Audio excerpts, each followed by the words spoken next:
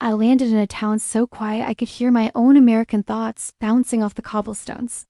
This place wasn't even on my original itinerary. Honestly, the only reason I ended up here was because the bus driver said, "Ma'am, this is your stop," with the kind of confidence that makes you question your entire life plan. I stepped out, blonde hair frizzing in the humidity, backpack weighing me down like a guilty conscience, and just froze. In front of me was a street that looked like someone copy-pasted Spain into the Philippines and then added tricycles for dramatic effect. I'm used to cities with loud traffic, skyscrapers, and someone yelling, "Ma'am, your bag is open." But this town? It felt like walking straight into a postcard. Old stone houses with wooden windows lined the streets, and horses pulling carriages clip-clop past me like I had time-traveled 300 years into the past. The air smelled like empanadas and hot afternoon sun. I crossed the street, almost tripping on a cobblestone because gravity and I have never been on good terms, and immediately got photobombed by a horse. The horse looked directly into my camera like it wanted influencer credit. A random man waved at me from a balcony. I waved back because I'm American and awkward friendliness is practically in our DNA. He shouted, "Welcome to our beautiful town," and I shouted back, "Thank you," like he was 10 feet away, not 40. A Filipino grandma sitting on a wooden chair laughed so hard she almost dropped her fan.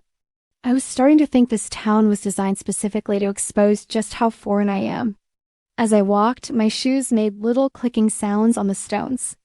I felt like I was in a historical drama, except the main character was a confused blonde tourist who didn't know where she was going and kept dodging horse poop. The houses here were older than any building in my hometown. Many dated back to the 1700s, built during the Spanish colonial period. They had these gorgeous capiz shell windows that glowed warm in the sunlight, thick brick walls, and wooden balconies. The preservation here is unreal. According to the locals, this town is one of the few in Asia with intact Spanish colonial streets. It's even a UNESCO World Heritage Site because apparently the entire town is so beautiful, the world said. Okay, nobody touch anything. I walked toward a central plaza where kids chased each other, old men played chess, and one foreigner me tried to sit gracefully on a bench, but ended up making a loud oof sound that echoed louder than the church bells. Speaking of church bells, the massive church towered over the plaza, painted a pale yellow, with details that looked straight out of an old Catholic painting.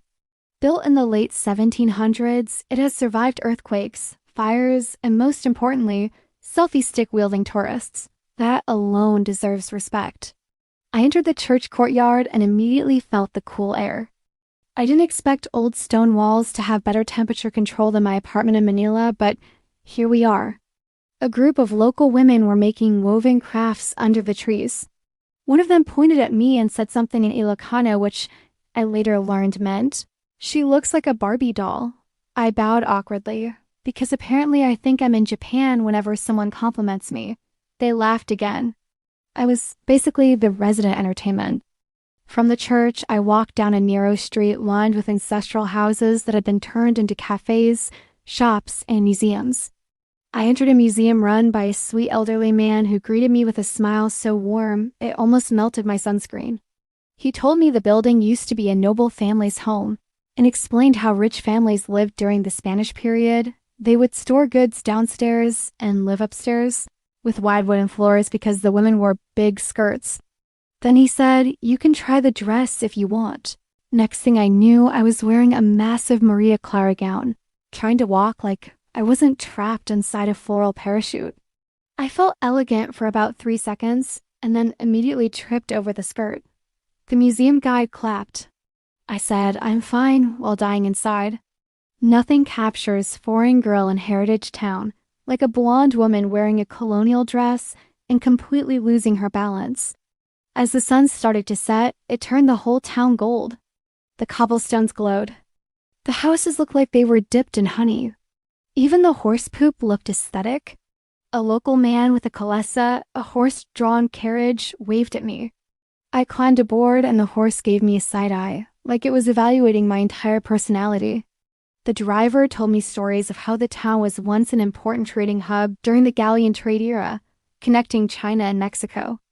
Chinese traders settled here centuries ago, which is why many family names sound Spanish, but the markets have Chinese influences.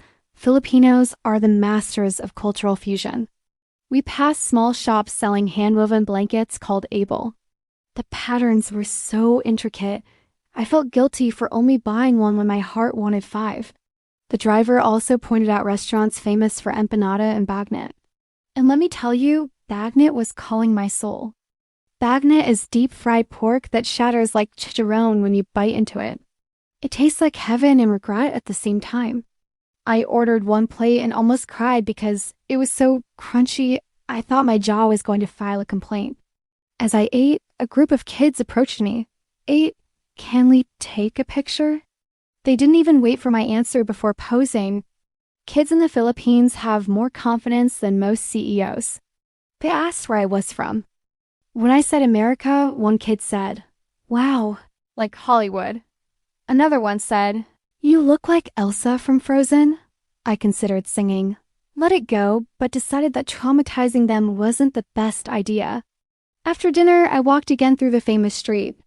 At night, lanterns lit up the whole place, creating a scene straight out of a fantasy film. Local couples walked hand in hand. A dog followed me for 3 blocks like it had adopted me. I named him Churro. I stopped by a small cafe with antique furniture. The owner, a bubbly woman with a loud laugh, asked where I was staying. I said I hadn't decided yet. She gasped dramatically and said, "No, you cannot walk alone at night. What if you get lost? What if you fall into a well? What if a tic-tac takes you?" I didn't know whether to laugh or Google tic-tac. I Googled it later. I screamed. She helped me book a room in a 200-year-old building with creaky floors that sounded like ghost sound effects. But it was cozy, cool, and smelled like wood and history. I showered, checked my footage, and realized I had accidentally recorded myself saying, "Is this horse judging me?" For 20 seconds straight. That's definitely going in the video. The next morning, roosters screamed like they were angry at the sun. Filipino roosters do not whisper. They yell. I walked outside, got hit by the delicious smell of longganisa, and immediately followed it like a cartoon character floating toward food. This town's longganisa is famous. It's garlicky, slightly salty, and tiny but powerful, just like Filipino grandmas. I ate 3. No regrets. I also visited a pottery area where a man shaped clay with his hands. He asked if I wanted to try. Big mistake. My clay bowl looked like a melted coconut. He still said, "Very good," because Filipinos are supportive even when you fail horribly. Before leaving, I sat one last time on the iconic cobblestone street, feeling the breeze, watching locals pass by, listening to the horses and distant laughter. This town wasn't loud. It wasn't modern. It didn't try too hard. It was just small, charming, peaceful, beautiful, and full of history that lives in every brick and every window.